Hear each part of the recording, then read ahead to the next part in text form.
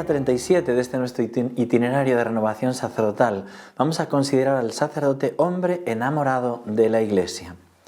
Meditamos el texto de Juan 21. Después de esto Jesús se apareció otra vez a los discípulos junto al lago. Y se apareció de esta manera. Estaban juntos Simón Pedro, ¿no? Entonces Simón Pedro les dice: me voy a pescar. Ellos contestaron: vamos también nosotros contigo.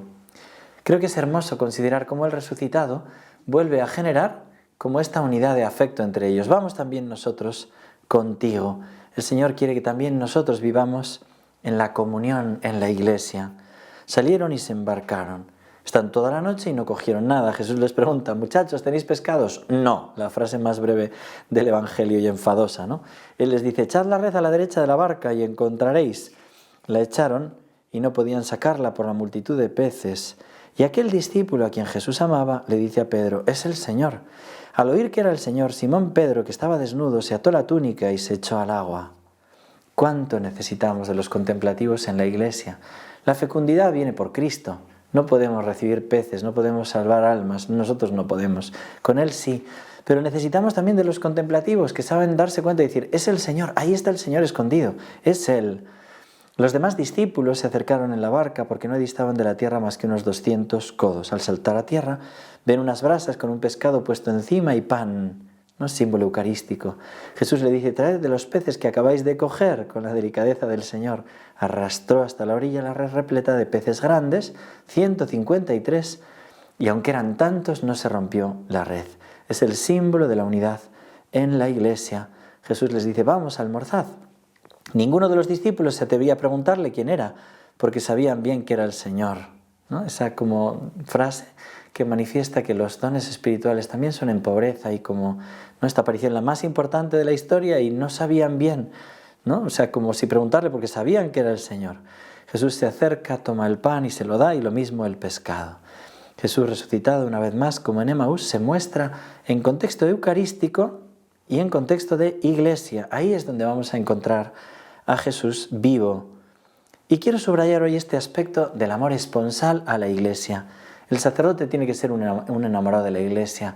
No puede ser que estemos quejándonos continuamente del obispo, del papa, de los compañeros sacerdotes. Un enamorado de la Iglesia, de los fieles, de los consagrados, de todos, ¿no? De la Iglesia, nuestra madre Iglesia. Decía el cardenal Schönborn en unos ejercicios que impartió a San Juan Pablo II: a fin de poder amar más a la Iglesia, debemos contemplarla con los ojos de Jesús, quien amó a la Iglesia y se entregó a sí mismo por ella, Efesios 5:25. Así como Jesús me amó a mí, a cada uno de nosotros, y se entregó por mí, Gálatas 2:20. Para contemplar a la Iglesia con los ojos de Jesús, tenemos que pedirle al Señor esa gracia, mirar a la Iglesia con los ojos de Jesús. Y le decía el Señor a la Beata Concepción Cabrera de Armida: un sacerdote que no esté enamorado de la Iglesia no debe pertenecerle. No debe pertenecerle. Es una frase fuerte. ¿Estás enamorado de la Iglesia?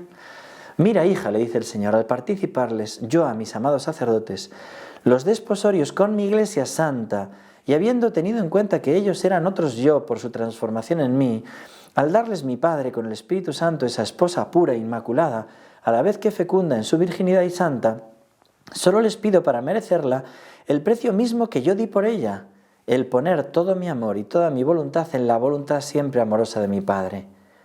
Con la perla sin precio de la vocación sacerdotal compran los sacerdotes a esta joya divina que es mi Iglesia sin mancha, pero que al unirse a ella les pide también la virginidad a unos, la pureza y la castidad a todos, con la fidelidad y el amor.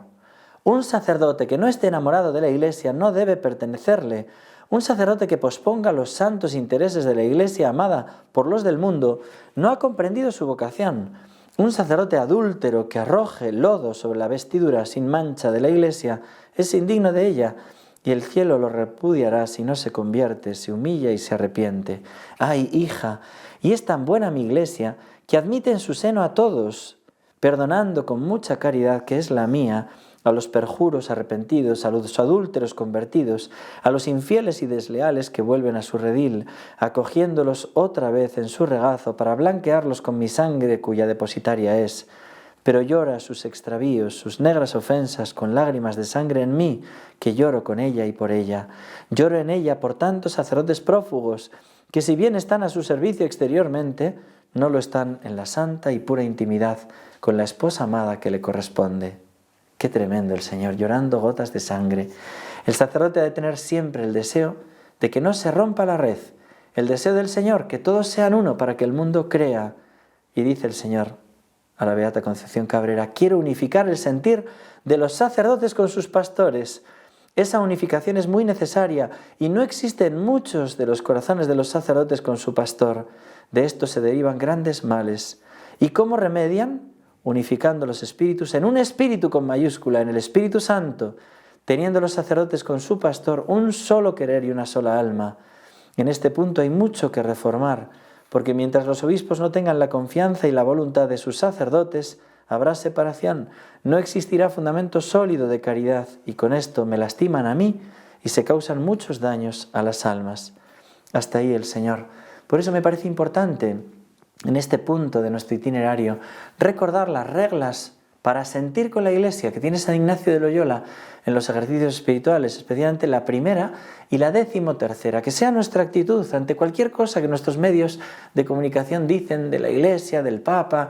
¿Nuestra actitud cuál es? Primero, depuesto todo juicio, debemos tener ánimo aparejado y pronto para obedecer en todo a la vera esposa de Cristo nuestro Señor, que es nuestra Santa Madre Iglesia jerárquica. Qué hermoso modo de decirlo. La verdadera esposa de Cristo nuestro Señor, nuestra Santa Madre Iglesia jerárquica.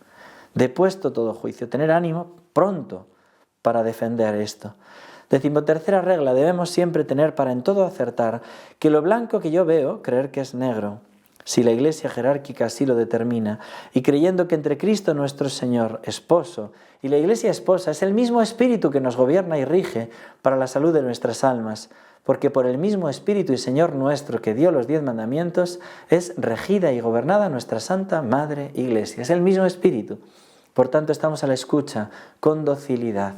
Y respecto al amor al Papa, que Santa Catalina decía, el dulce Cristo en la tierra, le dice Jesús a la Beata Concepción Cabrera: si a todos mis sacerdotes les agradezco cuanto hacen por la gloria de mi Padre, por la Iglesia y en ella por mí, ¿cuánto más al Padre de los padres de la tierra, en cuyo seno la fecundación del Padre es más abundante en toda su alma, divinizando todo su ser, para que derrame en las almas lo divino? No temas, porque mis palabras obran, y más o menos tarde, esta alma tan amada experimentará en sí misma el influjo santo más activo, más hondo y hasta más sensible del Espíritu Santo. El Papa es la fuente del amor en la tierra que recibe del manantial inagotable del cielo, que es el Espíritu Santo. El amor será la bandera de su conquista, porque la caridad soy yo, a quien me representa. El amor salvará al mundo, pero la personificación del amor es el Espíritu Santo, ¿no? Hasta ahí Jesús hablando con mucho cariño del Papa. En un momento en que parece que se pueda opinar sobre la indisolubilidad del matrimonio, sobre la unidad con el Papa, quiero recordar el testimonio precioso de San Juan Fisher, obispo de Rochester, cardenal y mártir de la Iglesia.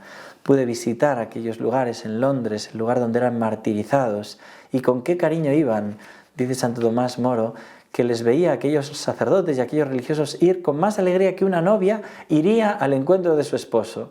Y en otro momento uno de aquellos mártires, porque les sacaban el corazón y lo tiraban al fuego, dijo: ¿qué vas a hacer, Jesús, con mi corazón? Con ese humor inglés, ¿no? Llenos de la alegría del Espíritu. Pues este Juan Fisher fue martirizado por defender la indisolubilidad del matrimonio y la unidad de la Iglesia con el vínculo del Papa. Resistió heroicamente el cisma provocado por Enrique VIII.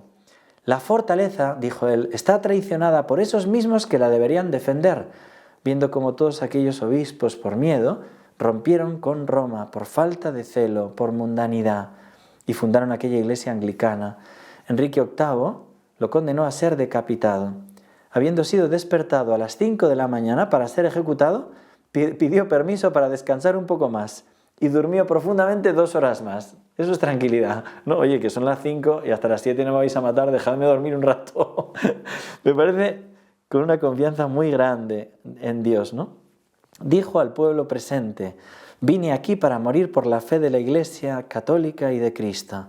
Después de rezar el Te Deum y el Salmo In Te Domine Speravit, fue decapitado. Considera, querido hermano, si Jesús te puede decir así: esposo de mi Iglesia, ¿qué no ha de hacer un enamorado por su amada? El amor de la Trinidad se halla en la Iglesia. Te quiero dócil, enamorado, que según mi voluntad sufre, ama, goza y se inmola por mi amada Iglesia, siempre a favor de ella. Pequeño siervo mío, la Iglesia fue engendrada desde mi cruz pura para ser mi esposa y esposa tuya. Cuando vives transformado en mí, en unidad, porque así soy yo, por ella caminas hacia la vida eterna. Con ardor, con fuego infinito y siempre santo, nos derramamos las tres divinas personas. Así deseo que mis gracias se derramen en mi Iglesia contigo como mediador. Solo así hay salvación. Y podemos responderle al Señor: Señor, concédeme ser un sacerdote enamorado de la esposa Iglesia. No permitas en mí frialdad ni indiferencia sobre ella. Concédeme tu misma mirada y tu mismo corazón para verla y amarla. Dame tu mismo amor por la unidad de la Iglesia y por el Papa. Hazme vivir y morir como fiel hijo de la Iglesia, pero aún más, unido a ti, ser un fiel esposo de la Iglesia que da la vida por ella. Pidamos unos por otros este amor grande por la Iglesia y este nuevo Pentecostés. Que Dios os bendiga a todos.